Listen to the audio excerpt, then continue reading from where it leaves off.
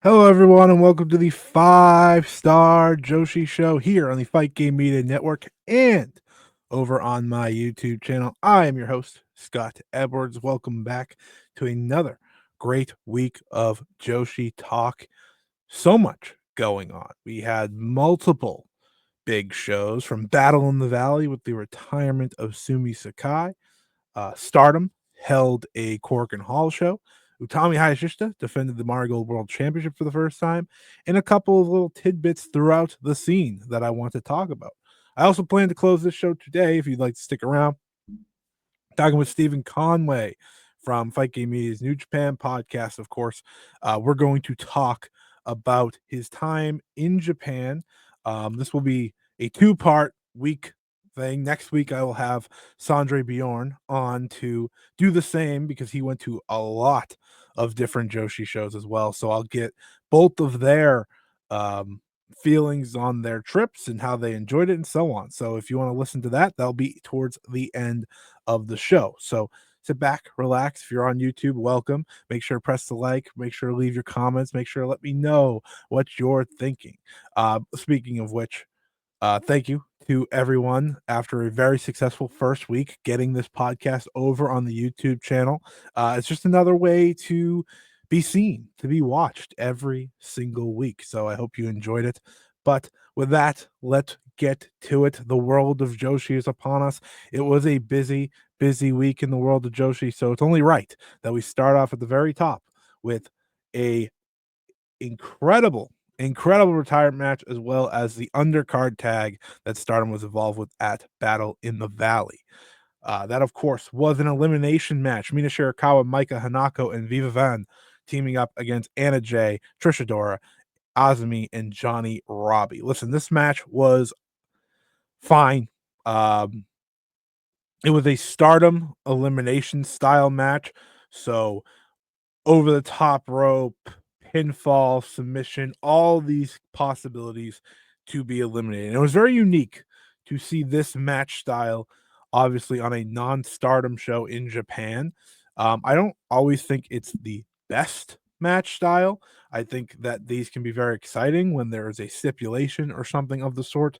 But when it's just a normal match, especially with a lot of wrestlers that haven't gone through this type of match, it can be a little bit of a cluster, kind of messy. And that's kind of what this was. I thought the highlights of the match itself were when Micah were in there, Azumi were in there. It felt the most natural. Ultimately, in the end, surprise, surprise, won't surprise many people. It was Micah that got the win for her team. So kind of introducing the Empress to the US crowd a little bit more. Obviously, she is someone that they are preparing to push more and more as one of the faces of the company. So it wasn't too much of a shock. I also just want to stress, if you haven't, go check out the Joshi predictions I have up over on the YouTube channel. If you're there already, maybe you've seen them. I put every single prediction I have for 2025 on that video. Um, it was, usually I do it on this show, but if you're new to this show, we have a whole full video just for those. So go check those out if you haven't. That brings me to Mina Shirakawa, obviously. Mina Shirakawa is someone who is super over in America. Super, super over. Like, to a point where, honestly, for me, I wouldn't blame her if she decided to leave Stardom and sign with AEW, because she is so popular in America, no matter the promotion, no matter the show. I think that's where she truly probably belongs now. She wasn't able to be in the AEW Gauntlet on Wednesday because she did have to be back for the unit tournament on Friday. So she missed out on another big pop, but I think Mina's kind of moved on in a way from the Japan side of things. People love her in America, so if she makes that decision this year, good for her. But let's get to really the best part of, I think, the entire week in Joshi, and that was the Sumie Sakai retirement match. This was sensational, and when I say sensational, I mean this was everything that makes a Joshi retirement match so special, and it also just had such incredible situations that you never dreamt you'd see. This match is one of my favorites of the year. It's gonna be tough to top. You're gonna have to have, like, a five-star classic for me to get past this match, because this was everything I love about pro wrestling, everything I love about Joshi wrestling. Mayu Utani, I say it every week. I'll just say it here so I can you know, get it out of the way for everyone. This is the greatest of all time. I firmly believe that. Yes, she is my favorite wrestler of all time, but her performance in this match was sensational. Seeing her and Yuka Sakazaki team up in real time, the former face of TJPW, the face of Stardom for the past decades, right? Both of them add in Hiromu Takahashi, and you truly have a super duper team. And on the other side, you have Sumie Sakai, team with Evil and Show. Evil and Show, my goodness, they were perfect in this match. I know people hate Evil. I know people hate Show. I know people hate House of Torture. They understand how to do their job. And their job in here was to be the most hated people in the entire match, and they did such an incredible job at it that when the babyface team got their comeuppance, it was beautiful. Mayu Iwatani and Evil would have an all-time classic. I am convinced of that. When Mayu Iwatani suplexed Evil, German suplexed Evil in the middle of the ring, I leaped out of my chair. Absolutely leaped out of my chair. It was amazing. It was truly amazing. They got the fan interaction of doing the chain of holds, which was awesome. And then, they have the very emotional end of the match where it is Sumi versus Hiromu, Mayu, and Yuka. She's fighting, she's fighting, she's fighting. She's trying to keep that career going just a little longer, right? That's the beauty of a retirement match. The beauty of a retirement match is that kick out where I have one more last gasp in me. I have one more kick out in me before I'm done, before my career's over. This was beautiful. This was a truly beautiful match. Everything about it, from the match itself to the way they execute it to the end where Sumi loses on the time bomb, it was beautiful. It was perfect. It's why, again, I watch professional wrestling. And specifically, it's why Joshi wrestling is the best in the world. Joshi retirement ceremonies, Joshi retirement matches, you can't match them. There's nothing like it. It's the absolute best, and this was truly, truly incredible. It's an emotional one to think back on, but it's one that I thought was an absolute home run of an ending for Sumi Sakai's career. For those who don't know who Sumi Sakai is, she is essentially one of the most important parts of bringing uh, Japanese wrestlers to America. She, in many ways, houses them, is friends with them, helps them. Essentially, no matter where they're going, no matter the relationship, Sumi Sakai is so helpful in making those connections and making these wrestlers feel comfortable. You know, it was truly incredible to see this match. I'm so happy they picked who they picked for this match because it made it that much better. The retirement ceremony was emotional and beautiful. I couldn't believe they had anything going after this match, just the way it delivered. This was, for me, everything I love again about wrestling, about these wrestlers and the stories you can tell. Just sensational. If you haven't watched it, go out of your way to watch it. If you looked at it and said evil, really? If you looked at it and said show, really? Ignore all that. They are there to play a specific role, a role that they perfectly executed on. It was just awesome. And a beautiful end to the career of Sumi Sakai. Now we pivot to the Stardom weekend here. So Stardom's weekend included a Artist of Stardom tournament that um, would get us our challengers for Korakuen. That, of course, was won by Yuna Mizumori, Aya Sakura, and Sayaka Kurara, the trio that I was hoping for to win here. So that brought them into a match against the top of the Cosmic Angels.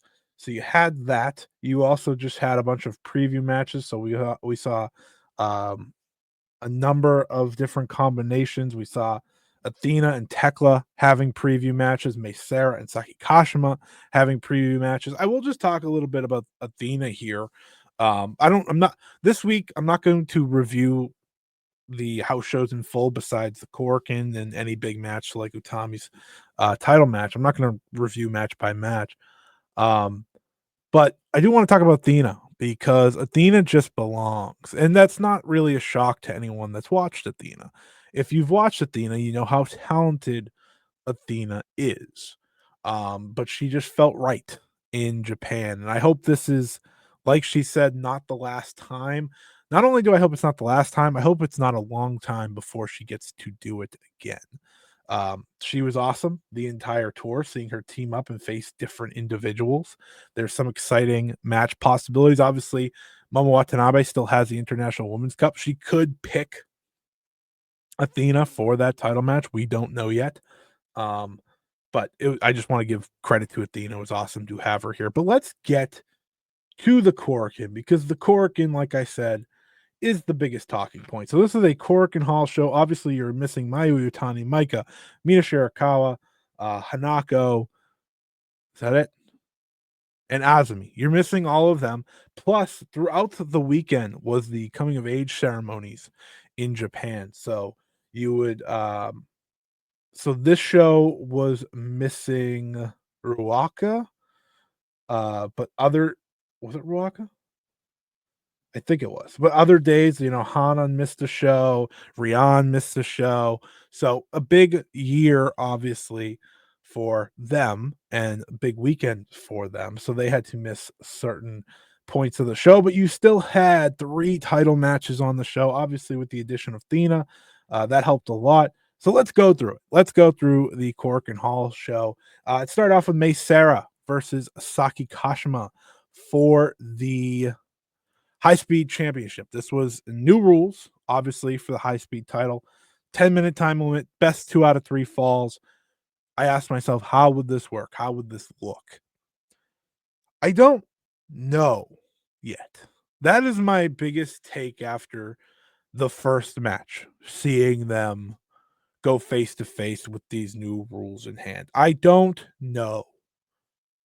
Um, because I think there is an added element of speed, obviously, because you're trying to pin your opponent within the time limit. But there is also the continuous stoppages because after each fall, you stop and reset. And I think that in a way, for me, can hurt the match, especially when again, it's only 10 minutes. I said this last week. I'll say it again. I don't mean to be a broken record, but I will say it again.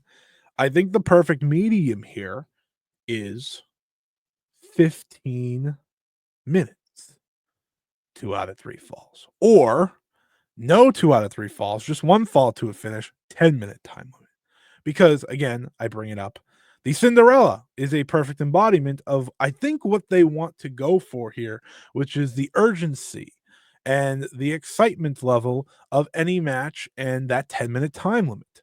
I think that is the perfect case scenario, probably for where they're going, but they are trying something new, so I can appreciate that. For me, I don't think it fully hit like I wanted to. That being said, Mei Sarah Saki Kashima had a good match here.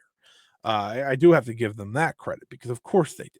Mei Sarah, if you've listened to the show long enough, you know how much of a fan I am of Mei Sarah and how incredible of a wrestler she really is, and the way she's been able to continuously be one of the bright lights on this Stardom roster.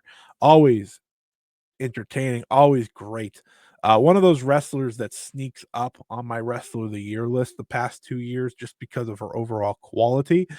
And Saki Kashima, I've called her this for a long time. She's the ultimate sixth man of Stardom, sixth woman of Stardom.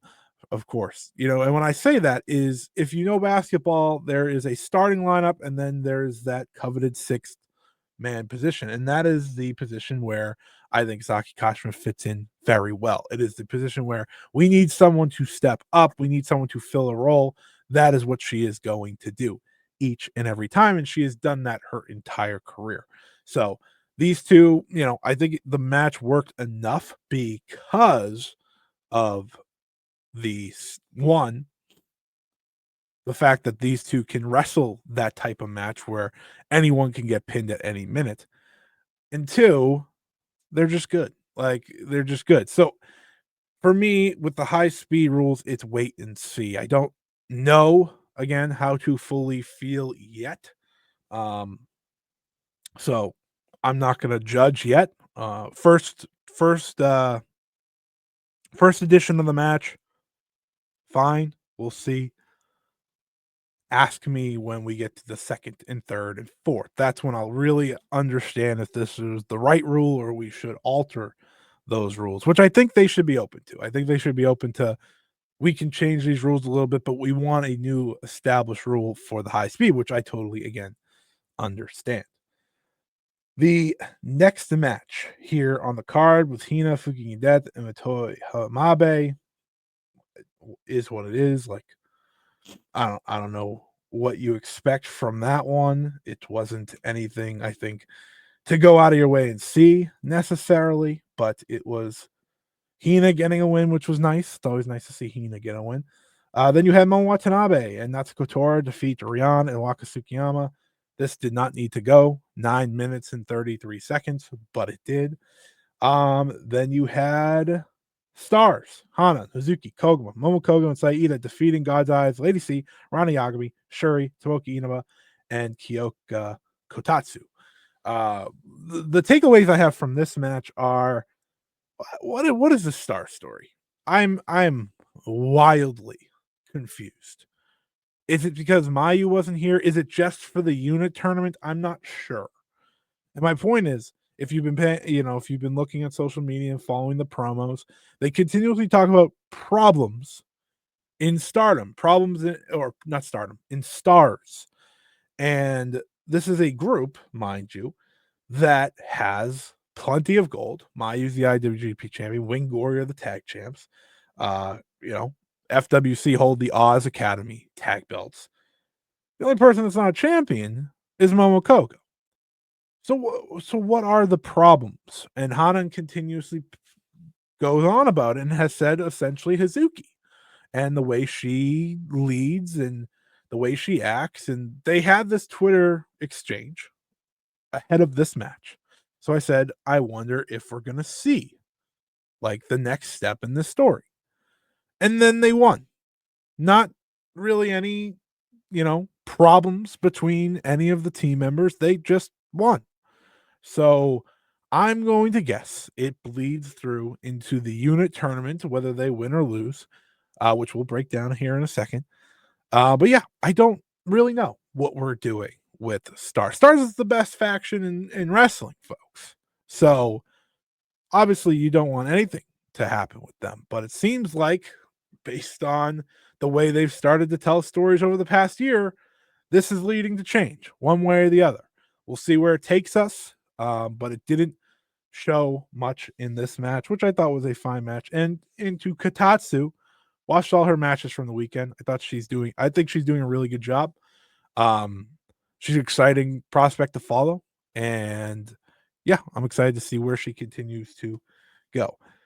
Next up, I thought we had the second best match on the show, and that was Azusa Inaba, Rina, and Saya Kamatani defeating Miyu Amasaki, Starlight Kid, and Sue Suzuki. This was a preview match and a way to set up other things, and I thought this was great. I really do. I thought this was awesome. This was exactly what you want. Non-stop action, clear, focused points.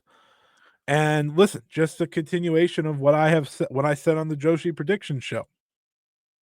Starlight Kid is going to be the MVP of this company. She is just sensational in the ring. She is top of the line.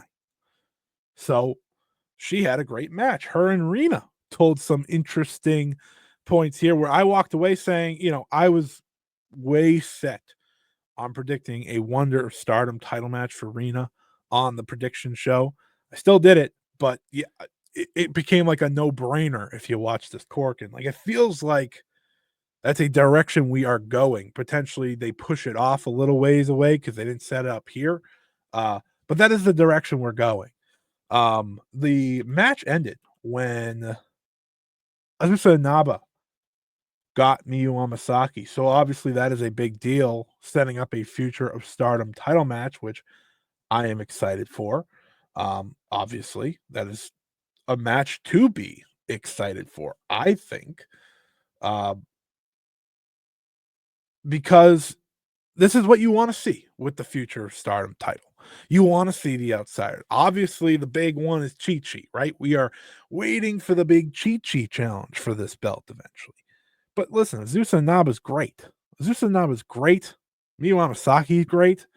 This is an awesome match. We know that is set for the January 25th show as part of the Stardom Award shows that they do every single year.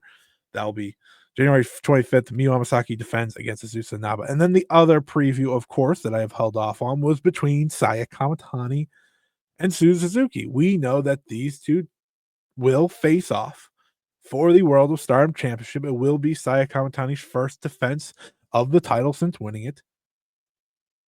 Again, it is a interesting decision to have Suzu be the first challenger because she was the final challenger in Tam's reign before losing the belt. That being said, they both looked great in this match. And I'm excited because, as they revealed in the post match, this match will not be happening in a big arena. This match will be happening at Korakuen Hall because Supreme Fight 2025 will be happening at Korakuen Hall on February 2nd. Saya Kamatani will defend against Suzu Suzuki, the first World of Stardom title match in a Stardom Korakuen since January 2021 when Utami defended against Micah at the anniversary show. So, again, a massive deal. One that I love big Korakuen matches. Love them. So I am not complaining whatsoever. I think it should be great. I would expect a sellout for this show. Listen, I think it's better to be doing the 1,500 in Korakuen than doing, 1,600 in a bigger, huge arena that isn't as loud and noisy and fighting. Like, this is Stardom's venue. So this is very exciting. I'm pumped about this show. Right off the bat, you have a world title match that interests me. I'm hoping we add a Wonder for Starlight Kid on there. Just really beef it up. We want the full entire stacked show. I don't know if they're going to. There isn't, I think, a perfectly clear opponent, but it looks like Tomoka Inaba based on the other matches throughout the weekend that these two are kind of previewing a potential match. I think that would be great for the show. Naba was not on the Korakuen, only her sister was, so maybe that's why we held off. So that's what I'm hoping for this show. But Supreme Fight, February 2nd, live at Korakuen Hall. Cannot wait. But let's get through the remainder of this Korakuen card. Of course, we had the Ring of Honor Women's World Title on the line. It was Athena defending against Tekla. I believe this was like Athena's like 20 something title defense. Let me double check here. Athena has held the title for 768 days. As of this recording, this was her 26th successful defense. This was a tale of two matches. When Tekla was in control, I don't think the crowd was as into it as you'd want, and I don't think the match was as exciting as you want. I said this last week. I thought this would be, kind of Tekla's big time showing, the first she's had in a long time, singles wise. And I don't think it got to the point I would have liked to see it, but it was raised up by when Athena went on the action and went on offense. Because Athena is fantastic. Athena is great, and seeing her in the babyface role, it was awesome to see. This crowd was into it. I thought she was great. Like I said earlier, she has been great this entire tour, and I thought she closed it out very, very well. Obviously, hitting the eclipse. I don't know what she calls it now. I apologize. I forget what she calls it, but hitting the top rope stunner move that's just so cool, so great. That was great.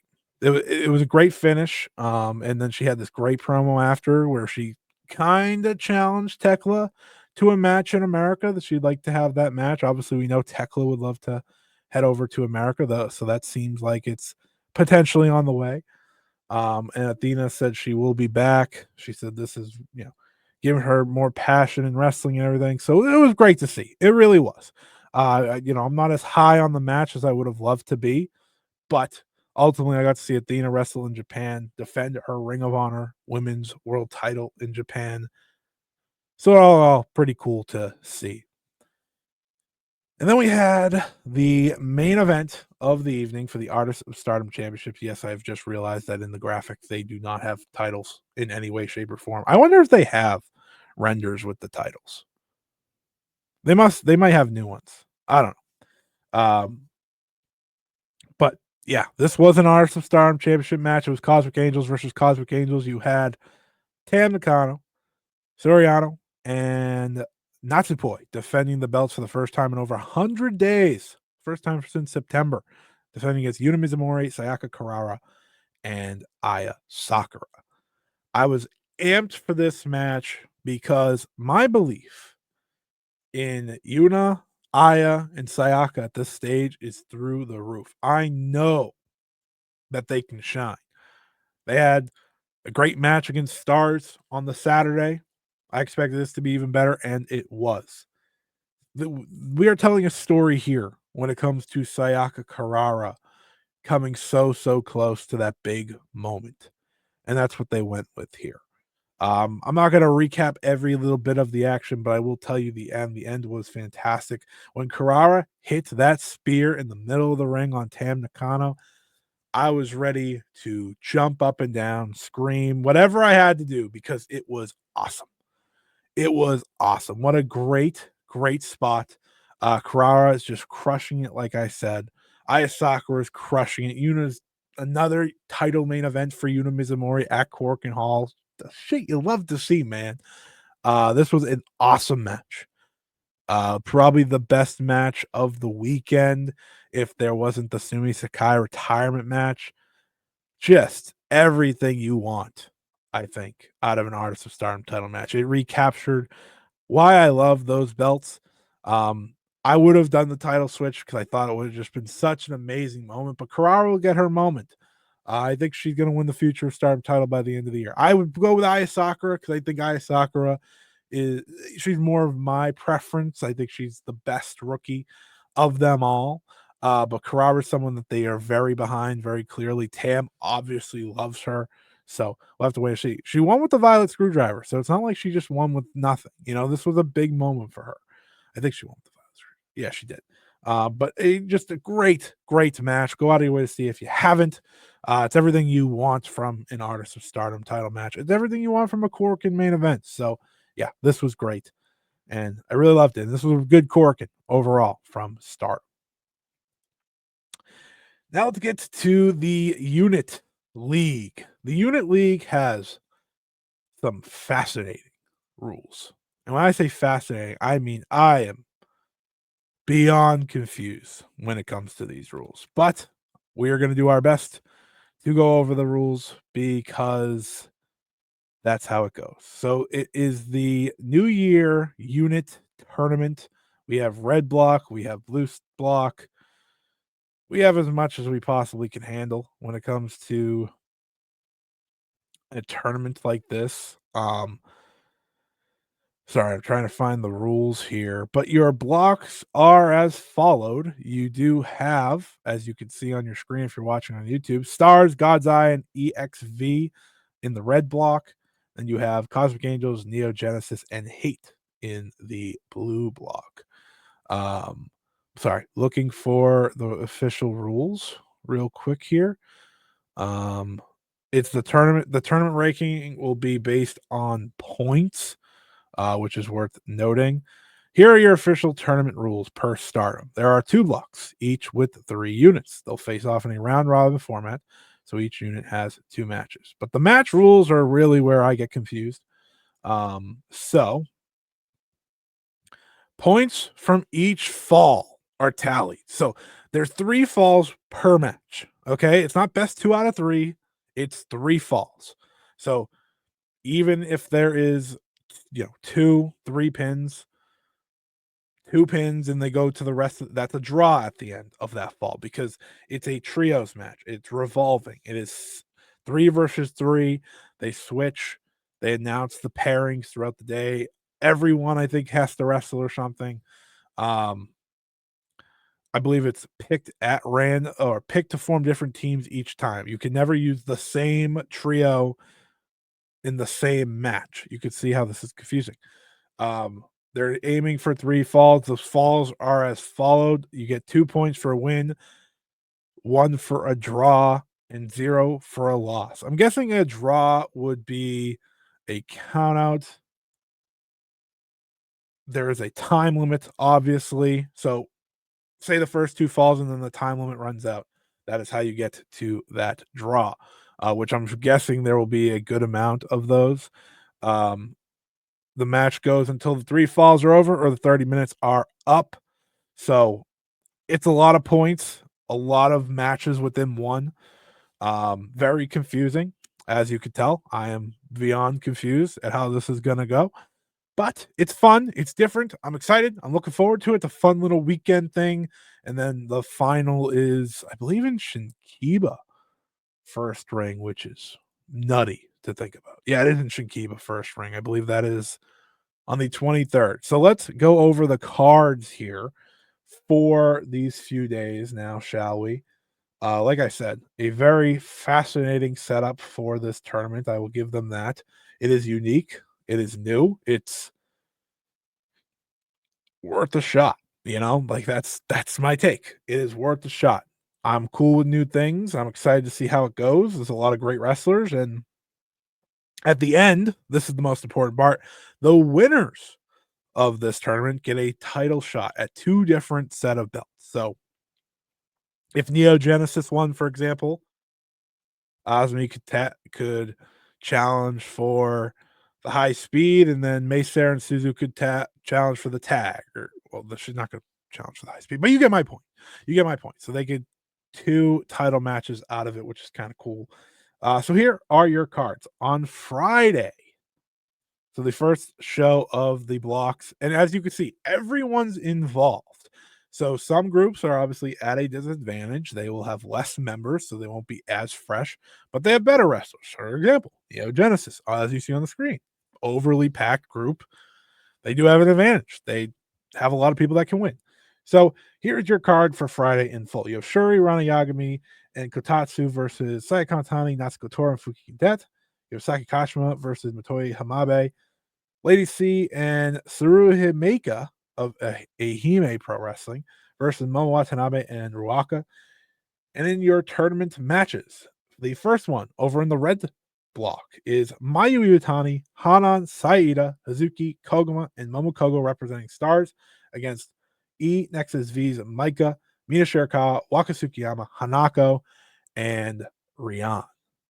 This show will be on video on demand, while the 2 Osaka shows will be live, also worth noting. And then, as you see on the screen, if you're watching on YouTube, the Blue Stars, well, it's not Blue Stars, but I'm going to call it Blue Stars. The blue block is as follows. You have Tam Nakano, Natsupoi Soriano, Yuna Mizumori, Aya Sakura, and Sayaka Kurara representing Cosmic Angels against Neo Genesis, Starlight Kid, Azumi, Miyu Amasaki, Mei Sarah, Su Suzuki. So it's going to be hectic, but I'm fascinated. I really am. I am fascinated to see how these matches go. On the Saturday, you have Terukawa Seriano and Aya Sakura teaming up against Waka Tsukiyama, Hanako, and Rian. Maika and Mina Shirakawa team up with Hamabe Matoye to face Yuna Mizumori, Natsupoi, and Sayaka Kurara. And then in tournament action, in the red block, it will be stars once again, back-to-back days. Mayu Utami, Hana, and Saida, Hazuki, Koguma, and Momokogo.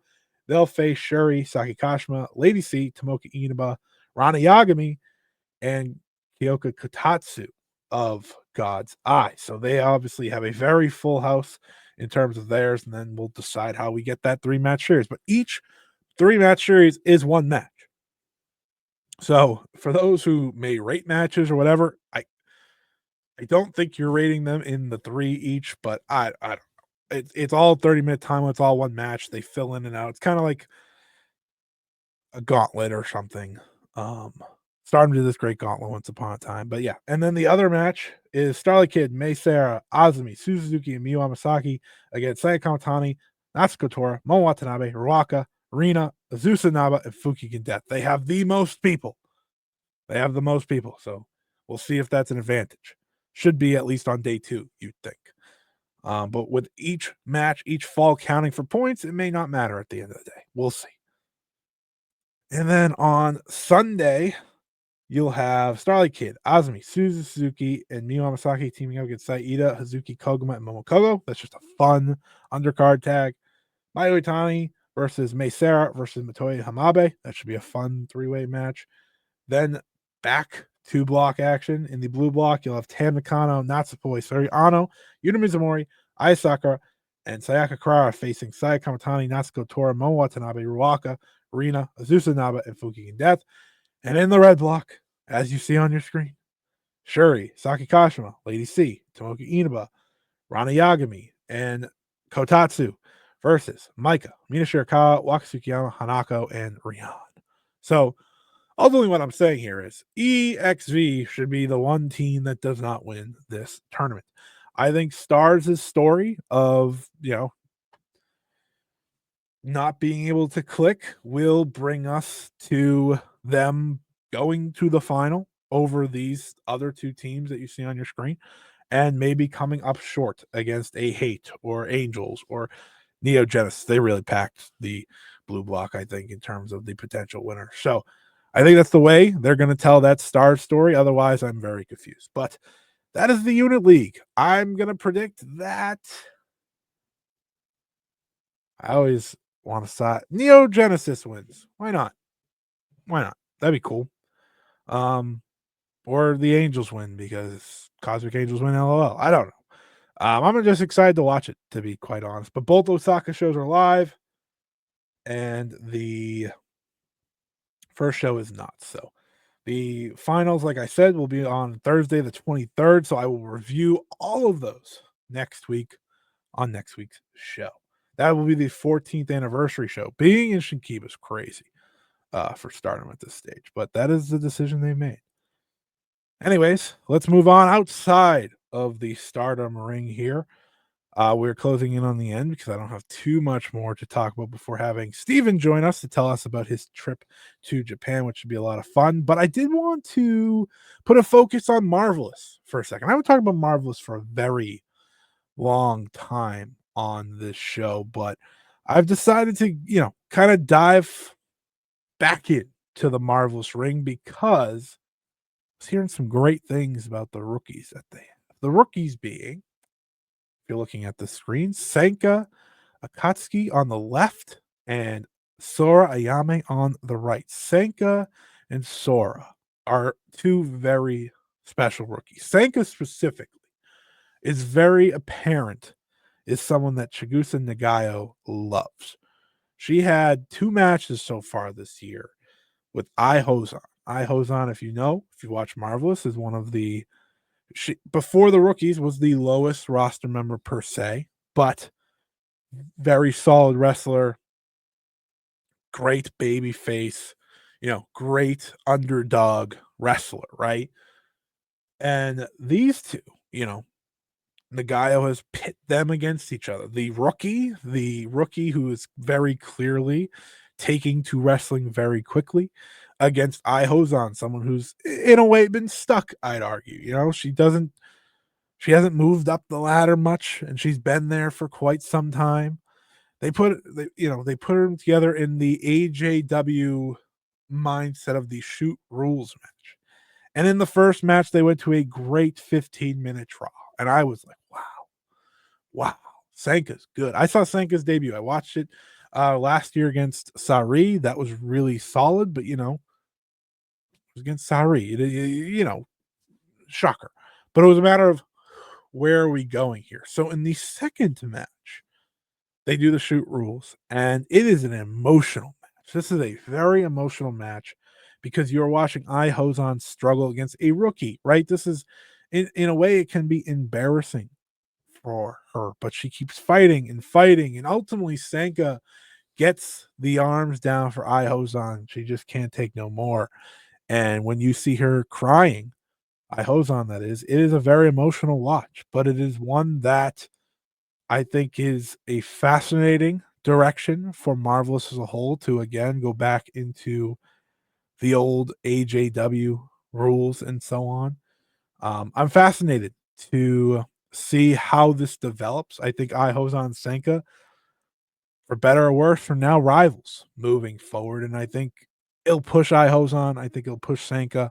So I'm fascinated to see where that goes. And then Sora Yame, on the other hand, I've just watched her matches. She's the newest of the two, if I remember correctly. She debuted at the Chigusa Nagayo Happy Birthday Korakuen in December against Aja Kong. So as you can see, these are two wrestlers that Chigusa is very excited for. One debuted against Aja Kong, the other against Sari. That's a big deal. Um, I think she just has a great spirit about her, and someone that these two are very obviously going to be important.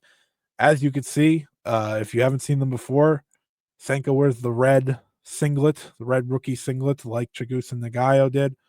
And then Sora's wearing the blue, like Linus Asuka, of course. So fascinating, where they're going. I did read an article that they did an interview. I believe it was Number Web, if I remember. Oh no, it was with Encounter in Japan, and they did say something about the Ariwa Crush Gals.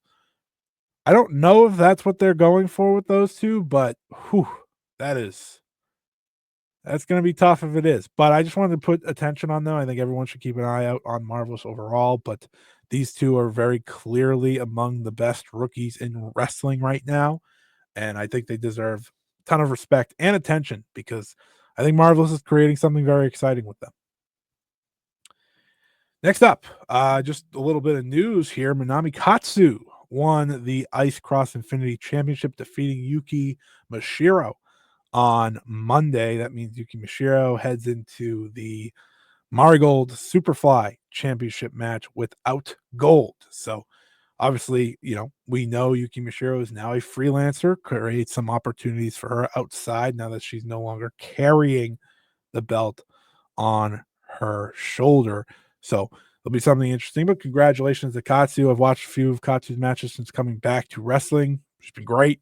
So I think Ice Ribbon's also worth checking out right now. I think they have a lot of excitement going on as well. And while this will have been just going live when this is probably over, I will say that Friday, Sari, Veni, one-on-one, Beyond the Sea Championship, could be one of the best matches of the year, should be one of the best matches of the year. I will be reviewing that next week as well, but I want to bring attention to what I think will be one of the best matches of the year so far. Now we'll head over to the Golden Gardens of Marigold to talk about their weekend. Like I said, I'm not going to review every single show. I'm just going to give a few thoughts from each show before reviewing, of course, their main event from Monday, which was a Marigold World Championship match. And then we'll preview the upcoming Korakuen this Sunday, their first weekend Korakuen event. So let's dive in. First up was the Saturday of action for Marigold. This was their first house show of the year. The main takeaways is I watched the whole show and I really just want to see how Suri Yamaoka would do, obviously, against someone that isn't Mirai. I thought for the most part, she looked solid. This is all about reps for her at this stage, right? These house shows aren't something that are made for, I say, us, the viewer. They're for one, the crowds there, and two, the wrestlers to learn and improve, as we've been seeing with this roster time and time again. With Yamaoka, I think that she is going to make all the right strides moving forward. This match opened with her grappling with Chikagoto. That's just, a funny idea. But overall, I think the match was still the best match of this card. But I just want to kind of give my thoughts on Yamaoka as the weekend went on. Next up on the Sunday show, which I thought was the best show of the three. I thought this was just a really solid show of wrestling. You saw Mai Sakurai and Chikagoto face the Dark Wolf Army, Chiaki and Nagisa Nozaki. Building up to that match, we continue to see Megaton in action. Megaton's not there to do anything besides about two moves and be a manager. You could just tell, like when she's in matches, she's just kind of there to presumably get pinned in the long run. But she's comedic, she's funny, people laugh, so I have no problem with her. But this main event right here, this was the best match of the weekend for Marigold. A very good trios match. Nanai Takahashi, Mirai were sensational. Listen. I love Mirai. I've been on the Mirai train since day one. Since the moment she walked into Stardom, I've been a Mirai fan. She is so much better than she was then. She is truly sensational. The most complete wrestler, I think, in Marigold right now. Her day will come where she wins championship gold, but I thought she looked good in this match. She also got to wrestle with Tsuru Yamaoka. They continued their chemistry, which I thought was really good. Miku Ano is obviously awesome. I liked the high speed between Victoria Yuzuki and Naho Yamada to open the match. I think that Naho Yamada is someone that Marigold should bump up the card a little bit more when they put her in these matches. She very visibly shines in them. She's a good hand for the roster. I'd like to see her challenge for the Superfly. I thought her and Yuzuki had very good chemistry. Yeah, but Yamaoka looked good against Mirai again. Miku Ano, I think, is obviously the most interesting name going forward when it comes to the former champion, right? She lost the United National. It's now what's next for Miku Ano. I think what's next for Miku Ano will be some gold sooner than later, maybe somewhere down the line. I think her and Natsumi Shizuki could very well win tag gold, or Chikagoto. She's been teaming with both. But I do think she wins tag gold this year. I think that's kind of Miku Ano's avenue this year, while also likely challenging for the Marigold World Championship at one point during Utami's reign as well. But this was a good one. And then, of course, on Monday, I didn't get to finish this whole show. This came out today, the day of the recording. I had stuff to do, so there was no way I was ever going to get to the full thing, but I did make sure to watch the Marigold World title match. Utami is a star, folks, and I think Utami did everything she could to get the most out of this match. Listen, Tank is very inexperienced, um, very clearly, but Utami went in there to bump her ass off for Tank and make her look good while still getting her first successful defense.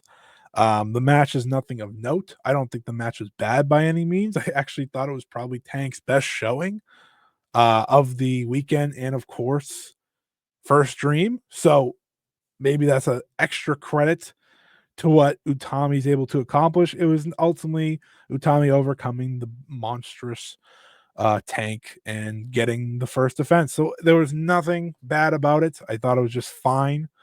It's not the big world title match I think we're again accustomed to at this stage, especially with Utami. You expect the long 20 plus minute match.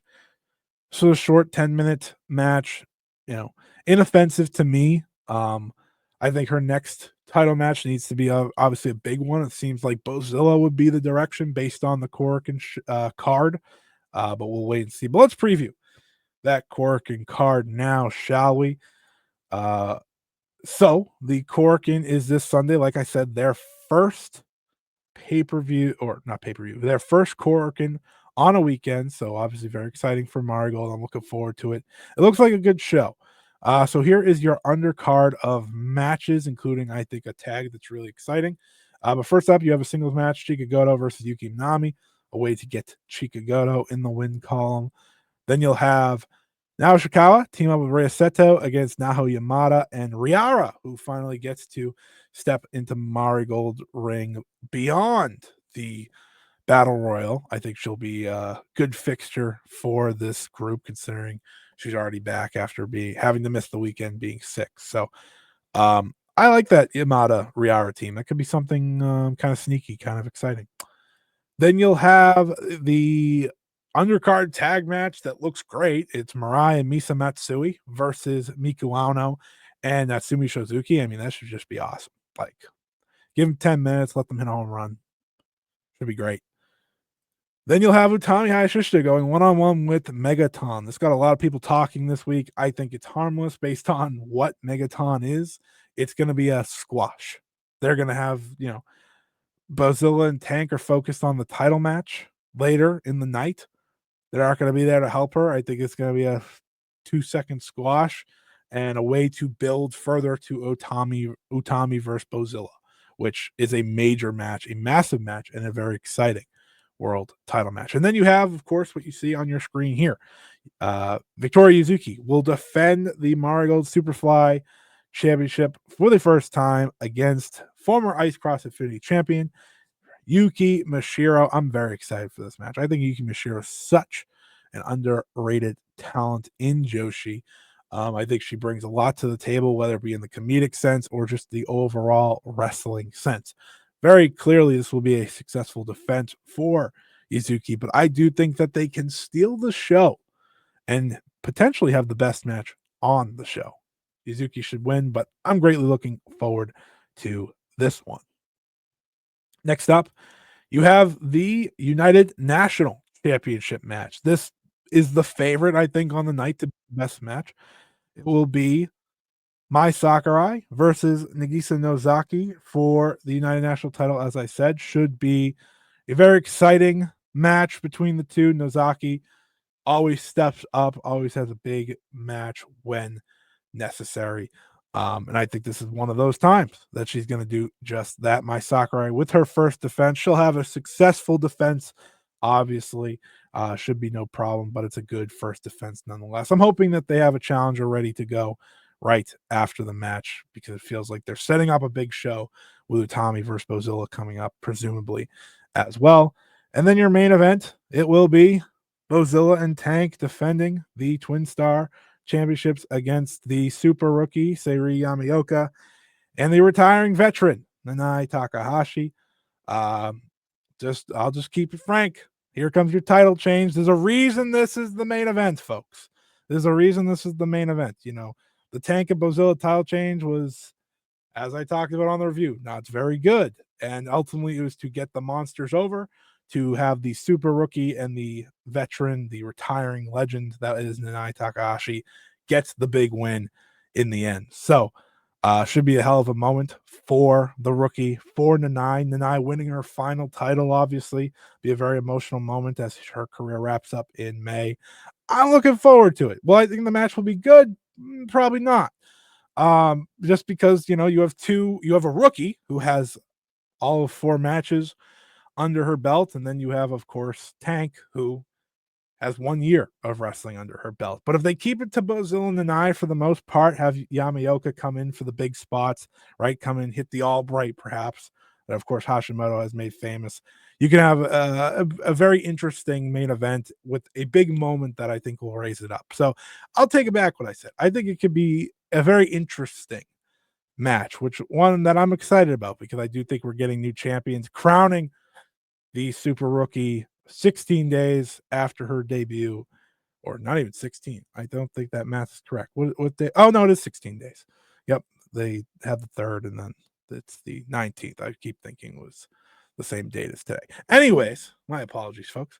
So it'll be, a big step for Yamaoka. 5 matches into career with a title on her shoulder. So very exciting, very much something I'm looking forward to. I think she's going to teach, or Nanai is going to teach her a lot through this title reign. So yeah, I am looking forward to it. That is coming up this Sunday live on Wrestling Universe. You can check it out there. Should be a good show. 3 title matches. Lots of, great undercard, I think. So I'm looking forward to it. I'm looking forward to it. But as I said at the top of the show, we are going to close out this show with, as I'm going to be joined by Stephen Conway of Speaking Strong Style. Steven, oh, 1 second. I have to get the right thing. There we go. Steven, welcome. How are you? Thank you. I'm doing well. Glad to be here. Yeah, I'm happy to have you. Obviously, you were on, I don't know, well over a year ago, but you made a good joke at me once upon a time live on a recording. I've been meaning to get you back on, and this seems like the perfect time. Uh, I pressed the wrong button. This is what happens. This is what happens when I record things. But thank you for joining me, of course. Thank you for wanting to come and share your kind of your time over in Japan, especially with the 2 Joshi shows you went to. I think it's always fun to get that uh that perspective, obviously, as someone you went for the big shows post Queendom, so you were there for the New Year Dream Stardom show, as well Mhm. as NJPW Tion show in Cork and Hall right before Wrestle Kingdom. So really getting kind of 2 different worlds in many ways, obviously with the size of the arena, the companies themselves, and all that. So thank you again for joining. No, I'm glad to be back. I'm glad to be back. Yeah, it was a very exciting trip. That anytime you get to go out there for what has turned into a festival, similar to Mhm. what happens on WrestleMania weekend, everybody is in town. And there were people I talked to who had flown in time for Dream Queendom, and they had been to 9 shows because they also went to a New Year's Eve show, a New Year's Day show. I flew in on New Year's Day, which means I arrived on the second, the way the time difference in the international date line works and all that stuff. So I wasn't able to be there for instance, the Noah show on the first or Dream Sure. Queendom, that type of thing. But I caught up best I could. I went to 6 shows in 4 days from 4 different companies, and it's fascinating to see the differences in the presentations, differences Mhm. in the audiences, and yet there are the Wrestle Kingdom nerds like me who are floating around, going to everything and anything, and so you get an interesting mix of the people that follow the company around full time in Japan and go to the shows versus those of us who are flying in for the specialness of Wrestle Kingdom week, and it made for a really fascinating trip. Yeah, I mean, a lot of shows in a lot of days. I said at the top of the show, I do have someone coming on next week to review a show, but also share their trip. They were there too for I think the full length of like the entire holiday. So they were there before Queendom and everything. I Okay. remember they sent me the list of shows they went to. It's absurd. It's absurd, but like that's why people go at this time of year if you're a wrestling fan, right? It's to go to as many shows as you possibly can. Absolutely. And I'll tell you an interesting story. I was walking from the train station to Oda Ward Gymnasium for New Yep. Year's Dash. And it was pouring down rain and 40 degrees and pretty miserable and things. And a woman from Northern Ireland, Belfast, was kind enough to share her umbrella with me. And I was a lot taller than her. So I held the umbrella and we walked together. And we talked about the shows we'd seen. And Mm, she had been to 9 shows. I had been to 6. And the only ones we had in common were the New Japan shows. It was like we had been in that's opposite, we had gone to all the opposite yeah, shows, but it just shows that's you crazy. how many there were because she went to Marigold, I went to Stardom. She went to DDT and I went to TJPW. She had been to Big Japan, I went to All Japan. And so we just compared Cool. notes because just everybody was there. And unfortunately, I intended to go to another one. I wanted to Yeah. go to Sendai Girls at Shinjuku Face on the 5th. However, Mhm. Wrestle Dynasty went long. And Yeah. by the time because I got to keep my chair. I was close enough. I was in Right. that circle, so I got to keep my Yeah. chair for both Wrestle Kingdom and Wrestle Dynasty. So I had to take a folding chair and hike it back to my hotel. And by the time I had dropped that off, it was bell time, and I was still 45 minutes away from Shinjuku. So that didn't happen, unfortunately. I had to catch that on Wrestle Universe later, but I wanted to make it 7 shows. Yeah, I mean, obviously you went to the 2 major shows of the Mhm. week with Yeah, Wrestle Kingdom and Wrestle Dynasty. We'll talk about those because there is Joshi involvement there, so I think that's certainly. important. But we'll start with the Stardom show, obviously in the Tokyo Garden Theater, the massive new building. I remember when they announced it, I said that seems like a lot because Yeah. as I've explained on the show, they don't really try for January 3rd. It's just always the first show of the year and they do something different. But it's Mhm. never like, oh, here's all these world title matches, right? Here's all these. It's never that.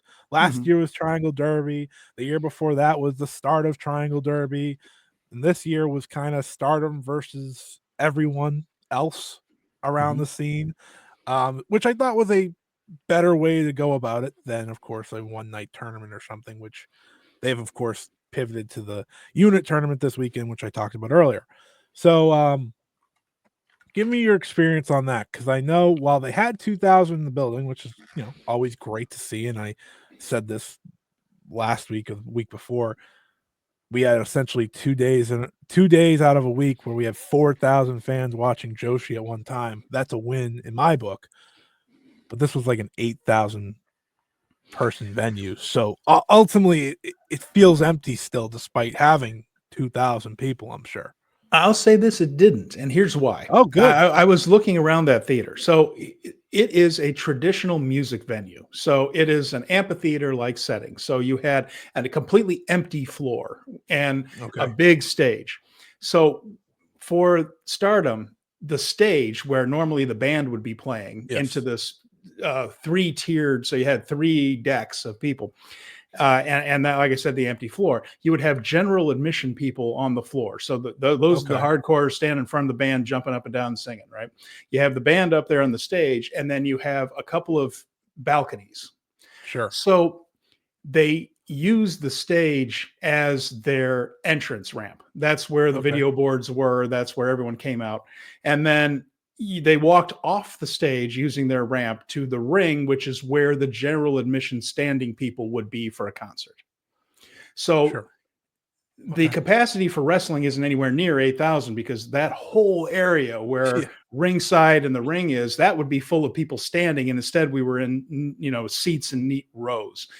Also, the extreme sides of that theater, the sight lines are meant to point toward the stage, which means if you sat there for wrestling, where the ring, the stage in this case, Yep. is in the middle of the orchestra, you would be looking over your shoulder to see it. And so they didn't sell those seats. And what they had were everybody straight on, everybody around ringside. So I don't think it felt empty. You were aware that those places Sure. weren't being used. But yeah, that's how they did it. And they also pumped this building full of so much fog so that they could use those lasers for the entrances that it was very hazy in the building. And Mhm. if you were sitting on one side of it, you couldn't tell that the other side of it was empty anyway. That makes Uh, sense. but It was I, dark in there. oh Like, boy, watching on the screen, it looked like pitch yeah. black, like, the way they had it lighting wise. And the other thing that made it different for a wrestling show, it is an amphitheater setup. So the sound is supposed to sound good coming from the stage. That's what this Mhm. building is made for. So that Yeah. sound is good coming from the stage toward the audience. When the audience is making noise back, it's a very tall building, and one side of it doesn't have any people at all because it's the stage. It's where the video screens are, and that sound kind of goes away. And so the Mhm. sound from the crowd was really only loud for a couple of matches, and Mhm. everyone was watching attentively, but it was not the loudest show. It was the quietest show I went to all week, and including a dome show with Wrestle Dynasty where there were only about, I don't know what they announced, but if there were more than 15,000 there, I'd be shocked. That sound kind of drifted away, but it's a little bit more, it was louder there than it Sure. was at the Stardom show. The wrestling I saw was really good. There were a lot of Mhm. really good matches on this show, actually, and including one that nobody really saw coming except for the real hardcores. And that's the Sendai Girls match. But the the atmosphere was strange for a wrestling show, Yeah. and I don't know if I would recommend. I don't know if Tokyo City Hall was booked that day. I don't know what the economics of running that place is, Yeah. but maybe City Hall next time. This was it was an interesting place to see a show. I don't know if it should be a regular place to see one. Sure. I loved when they ran Tokyo Dome City Hall last year on the 4th. Mhm. I thought that was a great venue. Obviously, they sold it out. It was packed, and Mm, it does have that feel. Obviously, with the bleacher, like the not the bleachers, but the decks, mhm. as the show you're explaining. But with it being so big, it did feel like to me, like you just knew, like going into it, like there's gonna be a lack of sound, Yeah, right? Because just the way it's a concert, you know. yeah. So like as you said, it's for the stage, and when they have the entrance on the stage and all the way that they were going to set it up, it was never going, I think, to be the best setup, but it was probably the best setup that they could do. For what it's worth, the Tokyo Dome City Hall was not booked for wrestling that day, Hmm, but mm, it could have mm. been for something else Yeah, because maybe. so much goes on there at Mm. that time. So I won't just act like there was nothing. Um, Yeah, it's a busy yeah, neighborhood. Yeah, I mean, that whole Tokyo Dome City is a very busy. The Tokyo Dome City Hall, Korakuen Hall, and the dome itself are within a stone's throw of each other. yeah, I mean, I'll ask you, obviously, what was your favorite match from the show? At being in the building, because I think as I learned after hating everything about the Wrestle Kingdom main event, and people in the building tell me, "Oh, it was great," and I was like, Yeah, "Okay, I believe you." yeah, I mean, I knew you did it, yeah. I've had that but like, experience with so many people that said, "Oh yeah, I watched it. It stunk," and I was like, "I was in the building. We were riveted. We were all." right, It came across right, very different live. it's very different, right? And I think Yeah, that's why I always like to ask what for you being in the building, because I think like if it's Cork and Hall, I can always figure out what the best match is because that's the best for me. That's the best venue to just figure that thing out. The crowd will answer that for me. But yeah. with We'll get this to that one when we venue, get to TJPW. Yeah, the right? differences is fascinating. Yeah. But with this venue, very different. It's not that loud. It's a fascinating card where, as I've always said with Stardom, and I think Stardom fans are adjusting overall, but through the years, if you're an outsider, you don't always get that loud of a reaction. It's just been kind of that way for a while now. Like when I think when Awada was doing the stuff with Sayori, like she would always get no reaction, even though she was having these great matches. And it's like, okay, sure. So what for you was the best match when you were in the building? There was the tag team match that ended it. So Starlight Kid and Suzu Suzuki Mm, against Momo and Saya. That was good. That was really good, and that was people really were good. into the two That was my champions. second favorite. Yeah, the match that got the crowd going more than anything else was Chi Chi and Aya Sakura. That got Yeah, the most vocal reaction, and there's momentum there. Chi Chi's fabulous. I mean, just that her She entrance, her gets it. presentation, she does get it, and she's turning into a hell of a wrestler, and Yeah. and then Aya Sakura really elevated her game. And we know she's talented. That didn't surprise anybody. It didn't even surprise anybody that the match was good, but I think it surprised everybody how That good was the it was. best. And in the building at the end of that, the chants for Sakura, Sakura Yes. were louder I than heard them. almost anything else on the show. And people Mhm. really got into it and honestly weren't sure if she was going to win the damn thing or not. And so Yeah. when Chi-Chi won, there was a little bit of a, oh, so close Yeah. type of pop to that. And there were others like Team 200 kilograms against Hanako and Micah. That match got over pretty It was well, really and that good. was pretty good. And I would say all those matches that I just mentioned did a little bit better than Tam and Unagi. A lot of people kind of sat quietly for Tam and Unagi. Did Yeah, I not did too. have a ton. Did not have a ton of heat, which Which surprised me is a little bit. fascinating because that was the selling point for that show, Yeah. going in, right? Because that the match that actually main evented wasn't added till like a day before, Yeah, really. they were worried about it though because they stepped that one up. They stepped it up. They had the whole thing with Unagi's never going to wrestle in Yeah. Stardom again. Tam can never call herself Tam again. Like they were starting Yeah, to add things as an approach. Where like I don't know if people are into this. Got to yeah, jazz it up a little bit. to me, it's funny because I gave Tam so much credit, obviously, in her title run of helping them bounce back because of her popularity, and then you like look at that match, like, well, did that do much? Well, there's a lot of wrestling going on, so I'm not really blaming them. But Mm-hmm. I always thought Unagi's popular outside of Stardom for a reason, Yeah. very popular. I don't think people necessarily were like, "Oh, I need her to get back there." I don't think that was you know the whole selling point of her. She was there, she got let go, and she's made a star of herself. But that's great to hear about Chi Chi and Ayasaka. Obviously, as someone that has been flying the Chi-Chi flag for a very long time now. You know, you wouldn't think that the Barbie girl of Joshi would be trained by Suwama and Shuji Ishikawa, but Yeah. she is, and she's got their attitude, and it's awesome, and it's bringing a lot out of Aya Sakura. She's facing Rana Yagami at the end of the month on Evo show, so a lot of good things happening there in terms of I feels like Chi-Chi's kind of leading the youth in a way, which is really really cool.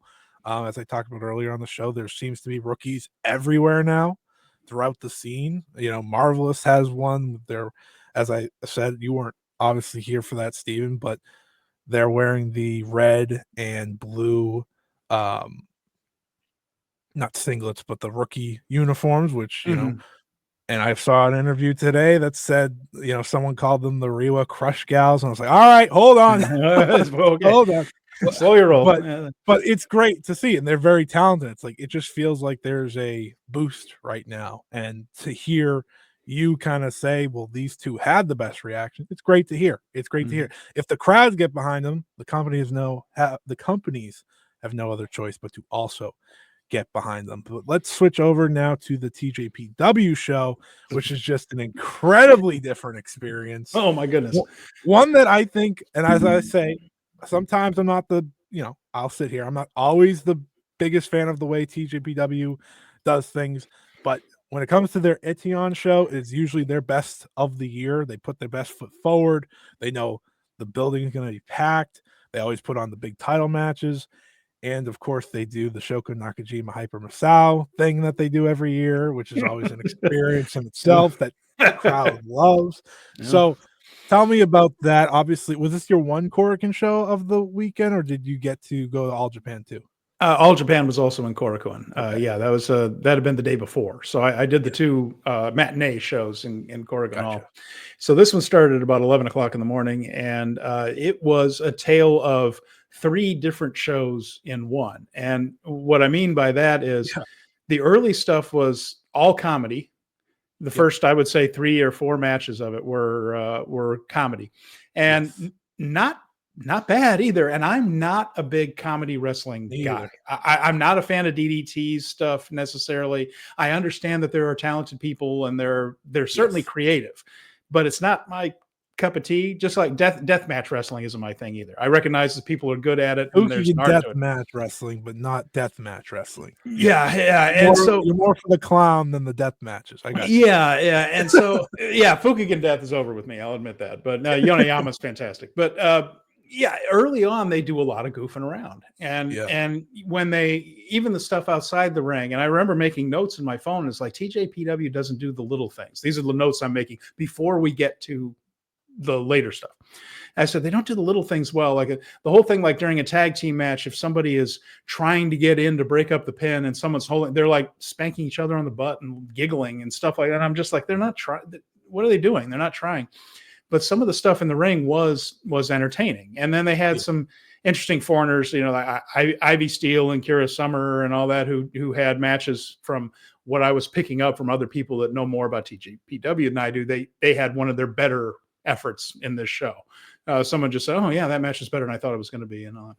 Then they had a 6-person tag featured Aja Kong on one side and Pam Harajuku and Haruna Neko and all that, and poor Mahiro Kiru. Nothing ever goes right for her, and that's kind of her character, is that she's always put upon, and that thing was a lot of silliness and things. But again, a fairly entertaining version of it. You know, Aja Kong whacked somebody over the head with her soy sauce bin. I think that was Palm that got racked.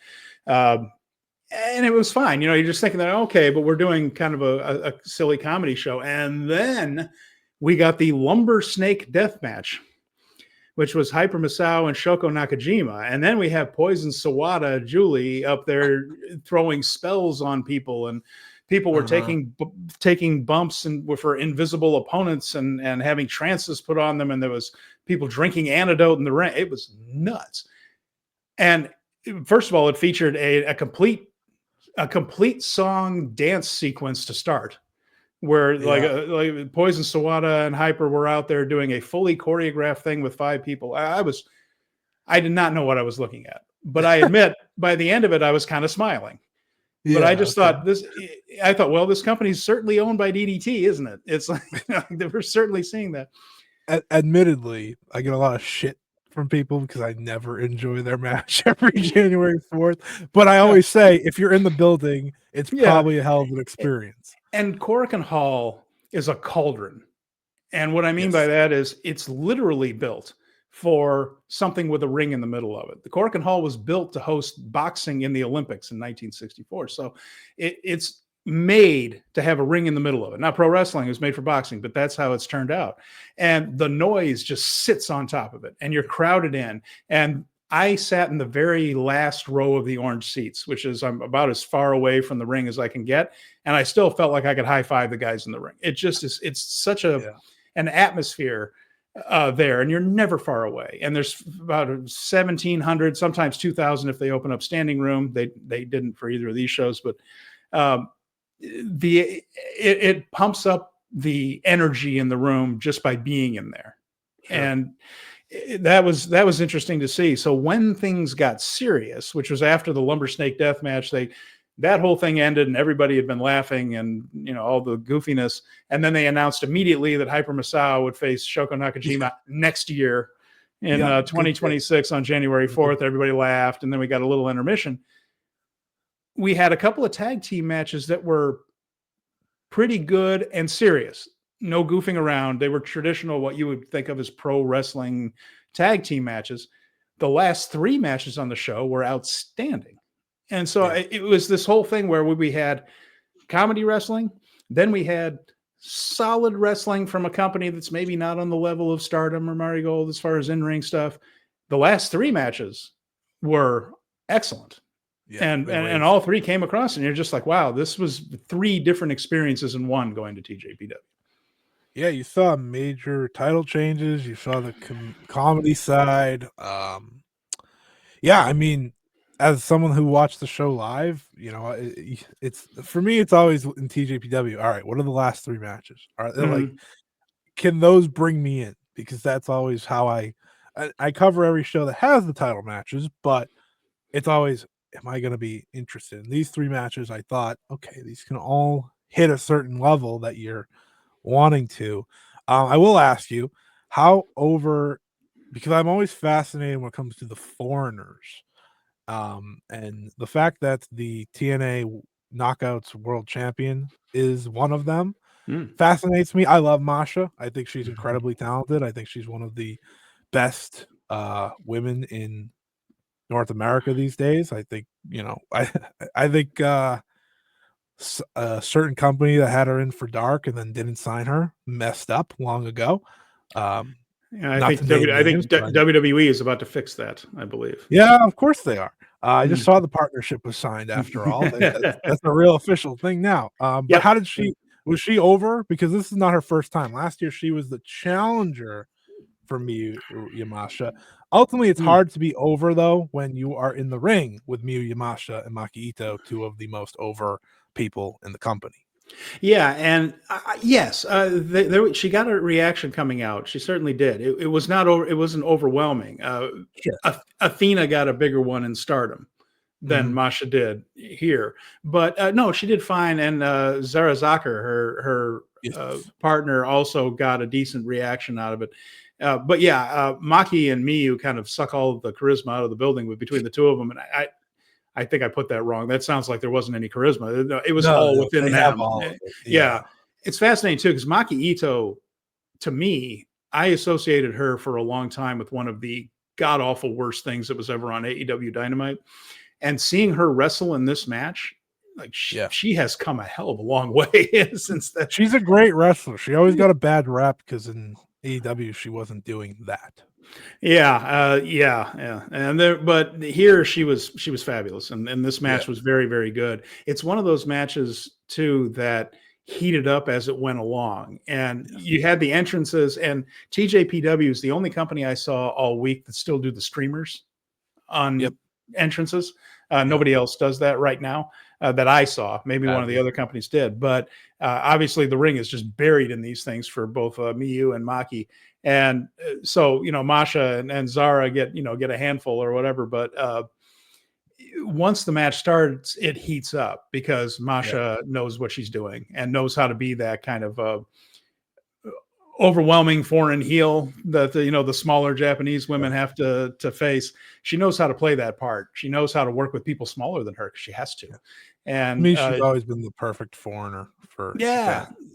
And this really, but by the end of it, Masha was certainly over by the end of it, and so was Zara and all that. So the entrances coming in, it was solid. Leaving, everyone, it was one of those things where everybody's applauding them on the way out despite losing. Yeah, and you got a signature TJPW big match main event as well, where Mizuki won the Princess of Princess Championship from Miyu Watanabe. Big title change. They're both obviously very over for TJPW, so I don't have to ask about that. But overall, like when the match came to its close, was it as loud as it felt when I was watching? Suzumi beating Yuki Arai got a huge pop. Mizuki's win got a big pop. The people were into it, and it's one of those things. It feeds off itself when you make noise and it registers in the building, and it doesn't just drift off into the ceiling.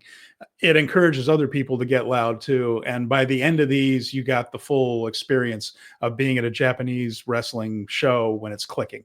You got that where the crowd's counting along, 1, 2, when it's a near fall, that beautiful sound that the crowd can make over there. And Mizuki and Miyu certainly had that going. Suzumi and Yuki Arai had that going. And when that hand hit for the third time, I would say it was a very loud reaction for Mizuki, and certainly for Suzume. People seem really happy for Suzume getting her first.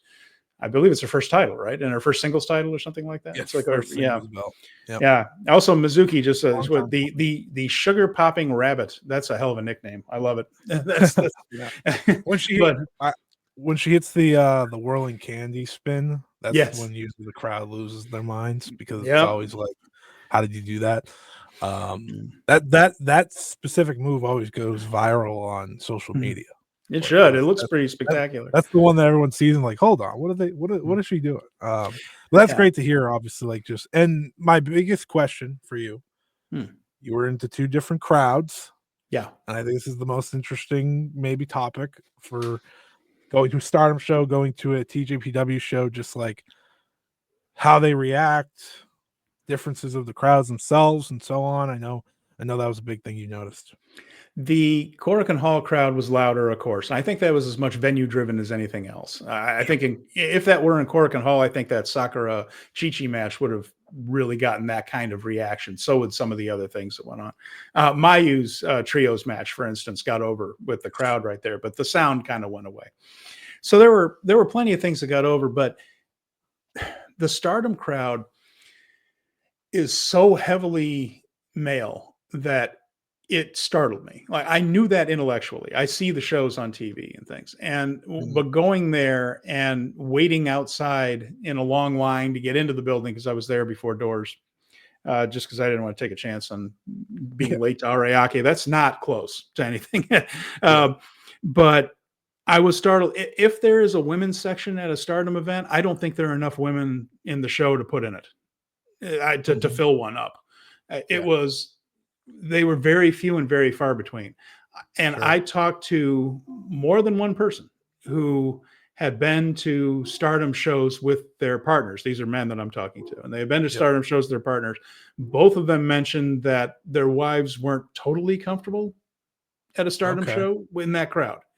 And not that they had anything skeezy happen to them, but it just seemed a little bit too male dominated, and also it's not a gregarious crowd. Like I said, they're sitting and watching attentively. They are. And they are reacting for things once they kind of start. Like during entrances and before the match, some people shout out the name of the wrestler. That's a thing in Japan. If you like somebody, Miyu. Yes.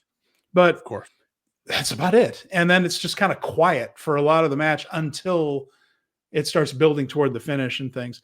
TJPW was a much more energetic crowd and I think the streamers, they had their streamers and they threw the streamers for the people that they liked, and the streamers were coordinated to the wrestlers' colors. And they were definitely into the, of course, TJPW has more interactive entrances also with some of that Yep. stuff. Like some of it's call and answer where the audience has a part to play. Might Sure. be something for Stardom to think about to get people into it. So people are kind of into the beginning of the match and the start of it a little bit more. And Interesting. there is a higher percentage of women in the crowd. At TJPW, if you watch that show on Wrestle Universe, hard camera right across the ring. So when you were looking at the hard camera, not in the orange seats, but the bleachers on the other side, there was a large section there that was mostly women. There were some Mhm. men in there, so it wasn't just a women only section. But looking around the rest of the crowd at Korakuen Hall, there were too many women in that section compared to the rest of the building for that to have been chance. Mhm. So it at least a partially women's section, although there were a couple of guys mixed in. The rest Yeah. of the crowd was still heavily male, but there was a higher percentage of women at TJPW. And of course, their sibling company is DDT, which probably has the highest percentage of women fans of any wrestling company in all of Japan. The women flock to DDT as far as wrestling fans go. Mhm. So I think some of that feeds off itself, but Yeah. it was more relaxed, whereas I felt very formal. I felt like at Stardom you sat there with your hands in your lap and waited for the match to pick up. TJPW felt a little bit more like we're all here to have fun. Right. Right. And That's interesting. I wonder if that doesn't translate better to female fans at this stage, because we've talked about a lot, Scott, about how um, All Japan Women was based on a female audience. It wasn't guys. And now both of these companies heavily male crowds in the audience. But there is a difference in tone, and Okay. Stardom's tone might not be conducive to Yeah. making women feel comfortable going. Uh, Yeah. yeah.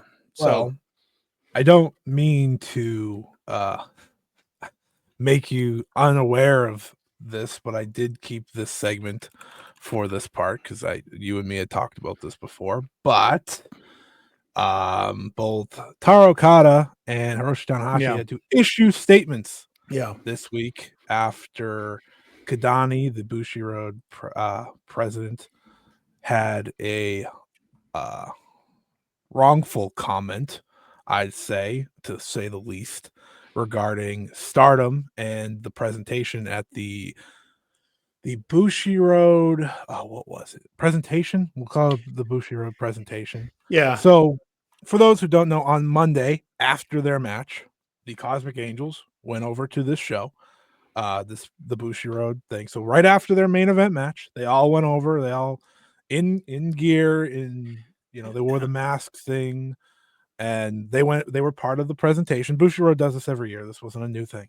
yeah. And it was at the Um, Tokyo Dome Hotel, right? So we're talking like it's seriously a 100-yard walk from Korakuen yeah, Hall yeah. So it in wasn't their far. costumes. Yeah, Yeah, so they make their way there, and Kadani made a comment regarding Stardom and why people should watch because it was essentially like, oh, they wear swimsuits and something of that nature. I don't have the exact quote. I've been doing my best to look for the exact quote translated. But to give credit, I believe it was Kakutolog. They were hmm, like the main Japanese media to cover it, yeah. which I think, Tokyo Sports didn't cover it. A lot of people did not cover it. They just kind of left it be. But ultimately, this brings us to the comments made by both Taro Okada and Hiroshi Tanahashi in a united front, which, if there's any benefit from this, is to see the united front from both the Stardom president and obviously the New Japan president, because they are kind of the ones leading this forward in the wrestling sense. But Taro Okada tweeted, and this is a rough translation, regarding the comments made by owner Kadani at yesterday's Bushiroad press conference. New Japan president Tanahashi was also present, and we gave owner a stern warning. All of our staff will continue to work wholeheartedly and do our utmost to contribute to the development of women's pro wrestling. And then Tanahashi followed up.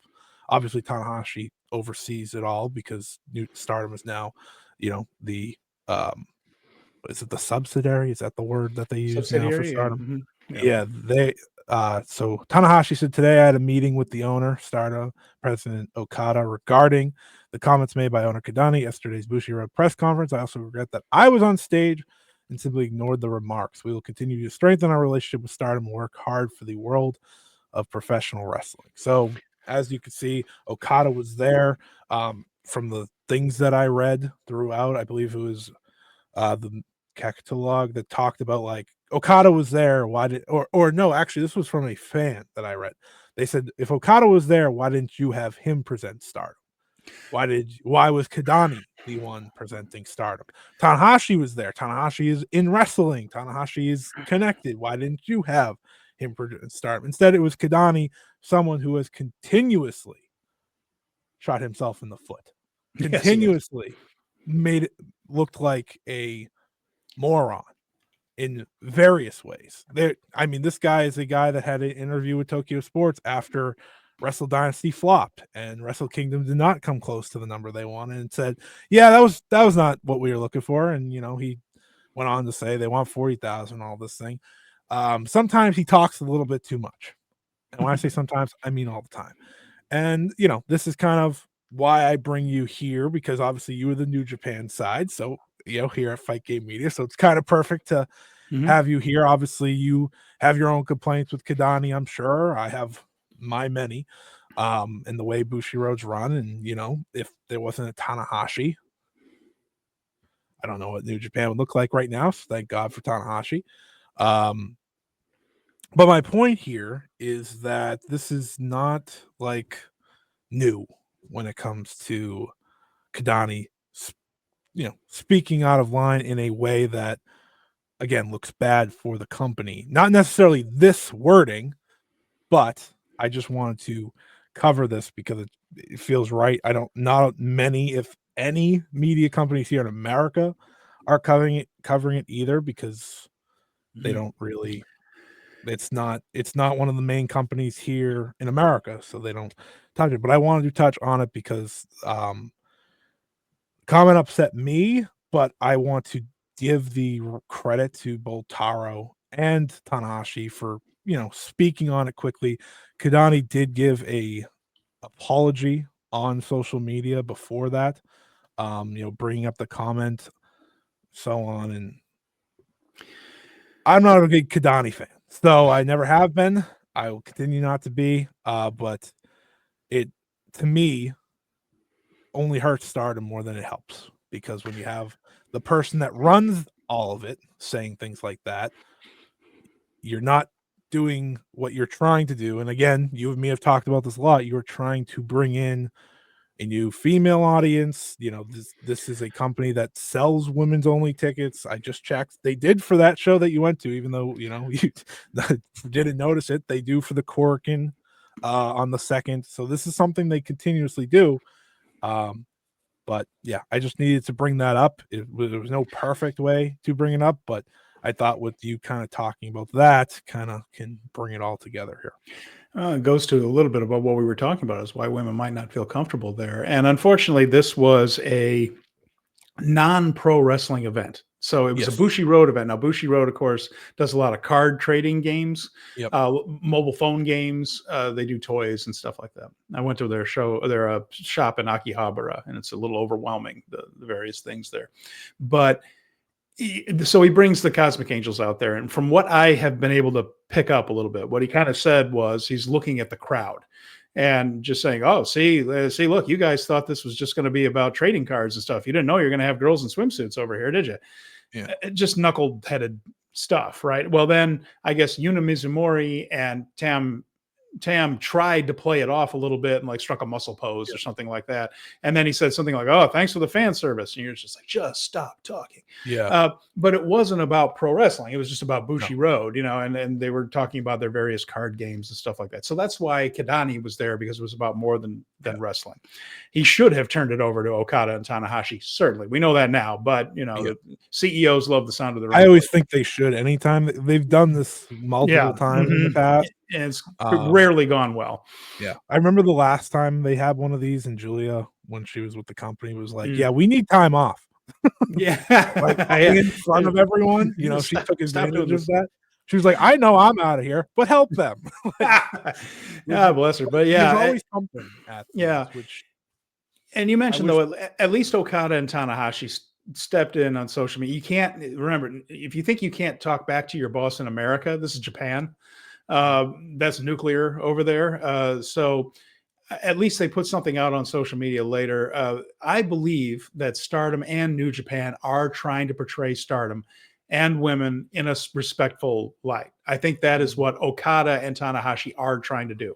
I agree. Uh, the women aren't stuck doing foolishness. Stardom is a mostly serious presentation of elite level wrestling. Yes, there is something, there's people like Fukigen Death and, Koguma Sure. doing the bear thing and all. There's fun involved, but Both they've great cut wrestlers behind that, though. absolutely, and then elite level wrestling past Yeah. it, including them for that matter. They've cut Yeah. out the showcase silliness. Stardom and Showcase where they would do the wacky Yeah. That games was and the previous guy. I can never previous regime, the weird monsters on Halloween show. That stuff Yeah. seems to Not be mostly when I done. say previous regime, I don't mean Rossi. I mean the guy before Taro Okada specifically. Yeah, I can never remember his name, oh, but that's a shame. he likes the WWE presentation. I remember like that being a report, and that's why he brought the showcase and all these different things, Yeah. which again, thank goodness those are all gone. Continue. But I worry that the efforts of Okada and Tanahashi are going to be undermined by this guy Yeah. who sees them. This Kadani guy seems to see them as a way to market cheesecake to incels, and because that's kind of how he was talking to his own customers, mind you, is like, Yeah. this is a guy standing up in front of a crowd of his own customers trying to Yeah. sell card games to these people, just saying, well, we know what really does it for you. Girls in swimsuits. Am I right? Come on, guys. Yeah. And even the people in the crowd had to be like, what a doofus, but That to just give his comment, because again, it backs up what you're saying. Kadani's tweet was, to all Stardom and female wrestling fans, at today's press conference, I made an inappropriate comment about the costumes of female wrestlers. I made the comment with the hope of drawing the interest of customers who normally have no connection to female wrestling, but it was a thoughtless remark. I sincerely apologize to the female wrestlers and their fans. I'll tell everyone the first comment is someone posting the exact clip underneath, so everyone that reads this tweet sees exactly what it is. This account that is at Mo Blow. This was actually the one that I quoted earlier. This is again a system translation, so it's the best. But to give credit, was the response to Kadani. If that is what he thought, then his words seem all the more disconnected from public sentiment. I'm worried that if we don't break away from the Showa era mentality soon, something bad will happen. I think it would be better if you don't force yourself to speak out if it's going to hinder the work on site. And I Yeah. think, and you can go Amen, through brother. all the comments. Or sister, I whoever think, that was. Thank you. I think a lot of Japanese fans and their reactions captured what we think, and really they're the best ones to look to. I think some of them did a great job kind of reacting to this and giving their thought process, and because again, we aren't there, again, for one, and we aren't in the Japanese culture, but they give the best mindset, and I think they do a great job. So credit to that fan, and credit to many others that called him out. And again, once more, credit to both Taro and Tanahashi for doing what they did in a very fast manner and speaking to their boss of like, yeah, you can't do that. We're trying to present Stardom as this, and you can't undermine what we've put work into doing.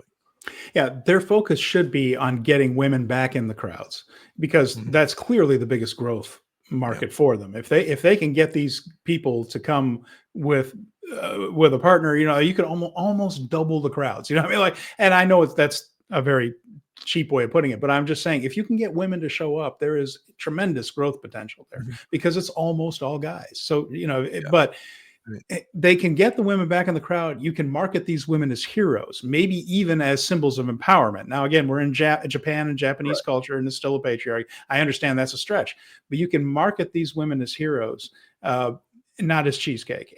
But honestly, that's not necessarily up to Okada and Tanahashi if the cheesecake stuff is coming from above them.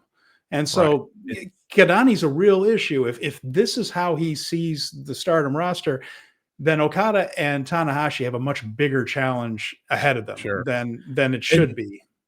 I'll say this, I've thought for a long time that both New Japan and Stardom have challenges because of who runs their companies at the end of the day, which is Bushiroad. Yeah. Um, I'll just say this though, to end it on a positive note, it was a few weeks ago at the end of their matches, the Cosmic Angels, Tam, Sayori, Natsupoi, they all went over to, and I think Micah was there too. It was just after a random house show match, I'm pretty sure.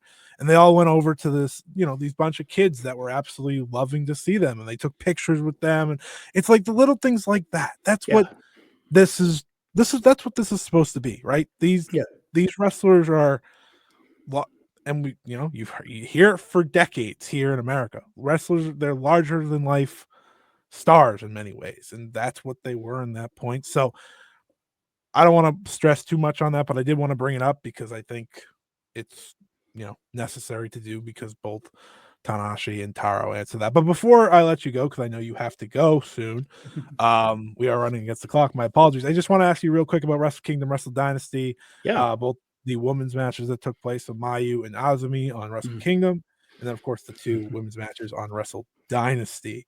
I've already said it on the show. Mayu and Azumi, with the very short time they had, went out there to steal the show the best they could. While I thought, truthfully, I thought the opening match in the worst possible spot on Wrestle Dynasty did a great job. Yep. And I also thought that Mercedes and Mina did a good job as well.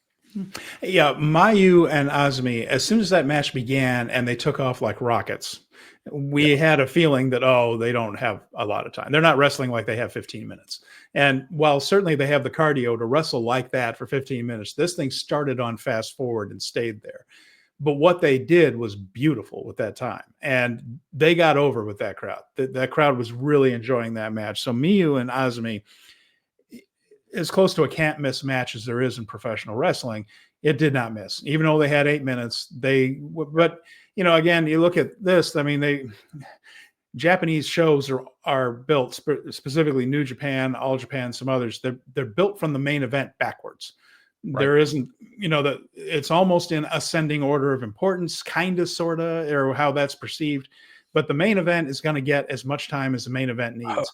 The second biggest match gets as much time as it needs, as long as it doesn't mess up the main event. And then it kind of goes back. Yeah. So it's not unusual at all for Wrestle Kingdom matches. And you can check them out on Cage Match or anything like that. Look at the times of the first 6 matches on any Wrestle Kingdom card. Very little goes over 15 minutes, and so I wasn't surprised at all that they didn't get that much time, but I was impressed with what they did with the time they had. I thought they did a terrific job. And in the end, the crowd loved the match. The crowd enjoyed it. And on Wrestle Dynasty, that was a tough spot for the pre-show match, having to do all that with people still kind of getting into their seats and getting their sodas and their highballs and things, which one of the best things about it is the vendors go around selling whiskey highballs. That's pretty tight. Enjoyed that a little more than I should have. But the match itself, there's a lot going on during that match, is all I'm saying, that doesn't involve the wrestling.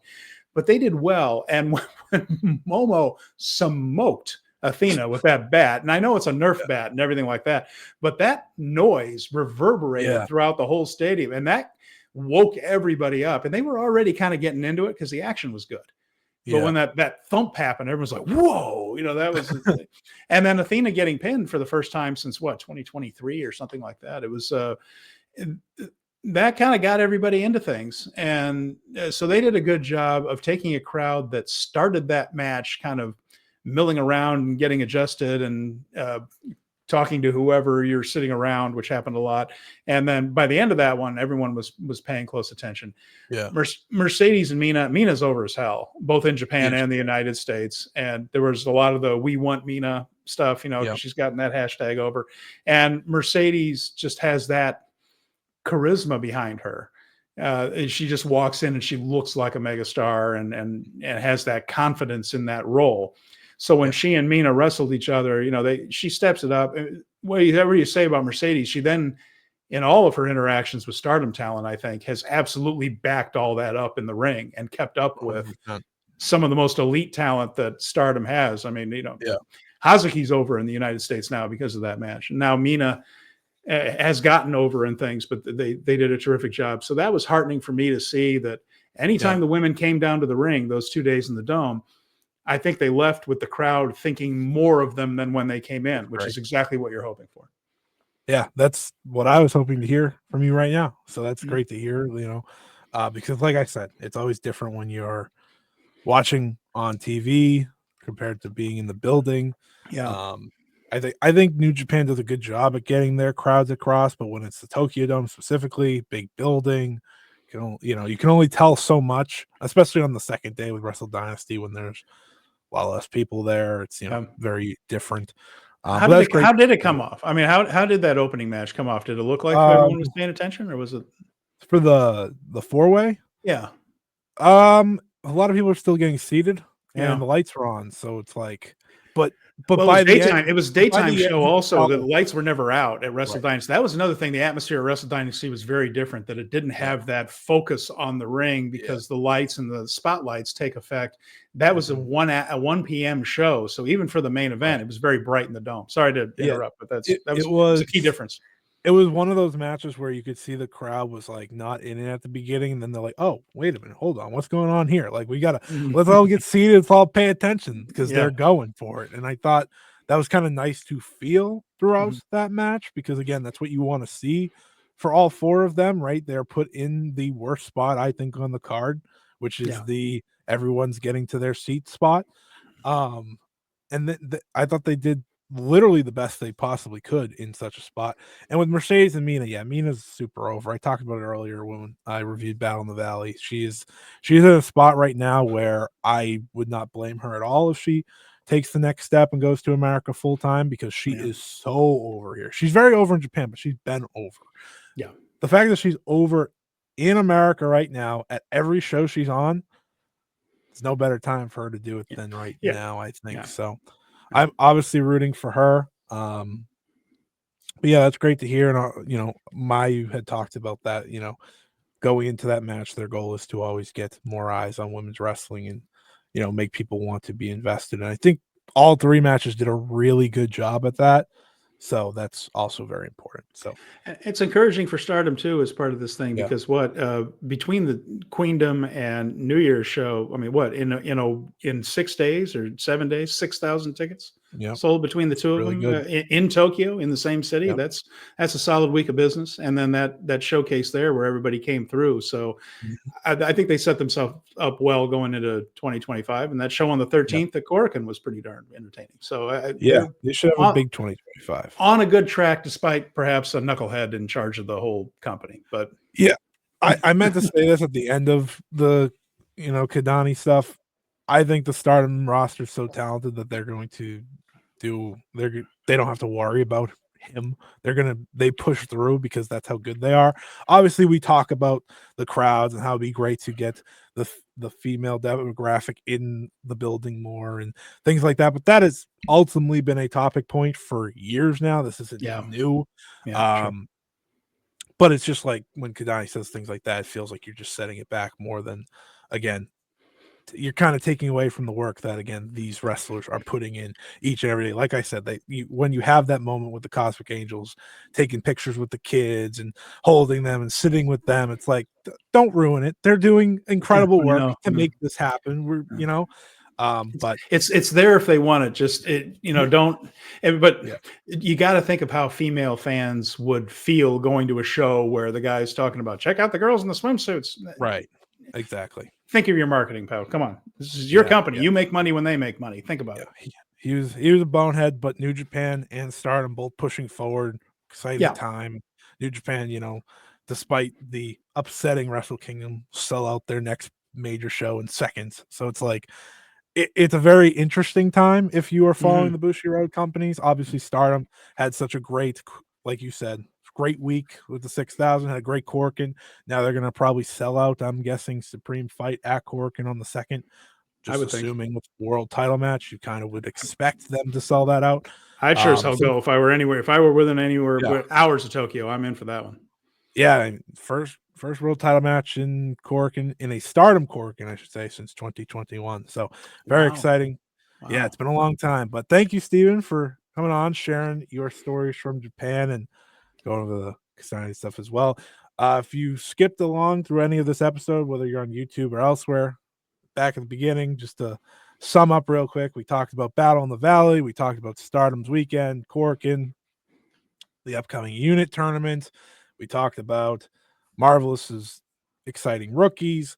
We talked about Marigold and their upcoming schedule, their big Korakuen this weekend. And of course, Steven joined us as well. So thank you so much. Thank you everyone for listening. Steven, hit people with some plugs before we get out of here.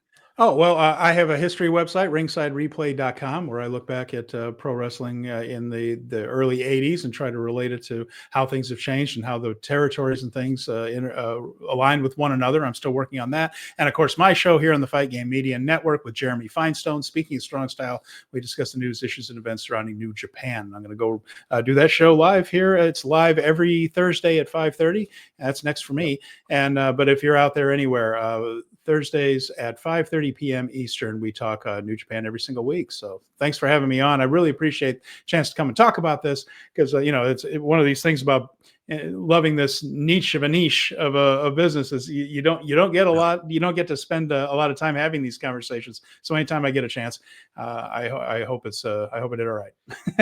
Yeah, thank you for joining me. Everyone, if you haven't, go check out the Joshi predictions video over on my YouTube channel, youtube.com/@ScottEWrestling. You had a lot of predictions on there for the new year. I went like 80% last year, so we're hoping to get somewhere near that again this year. We're not gonna. There's way more. There's no way it happens. But I'm gonna hold. If I do well, it'll be great. I predict stuff for Stardom, TJPW, Marigold, Sari, Mayu Utami. I'm just naming all the wrestlers that come up. Mina Shirakawa, Starlight Kid. Spoiler alert, call Starlight Kid the MVP for 2025. Watch it happen. Maybe not the Tokyo Sports MVP, but the Stardom MVP. I'm not. Tokyo Sports MVP is very different. That's usually just world champion, right? Whatever.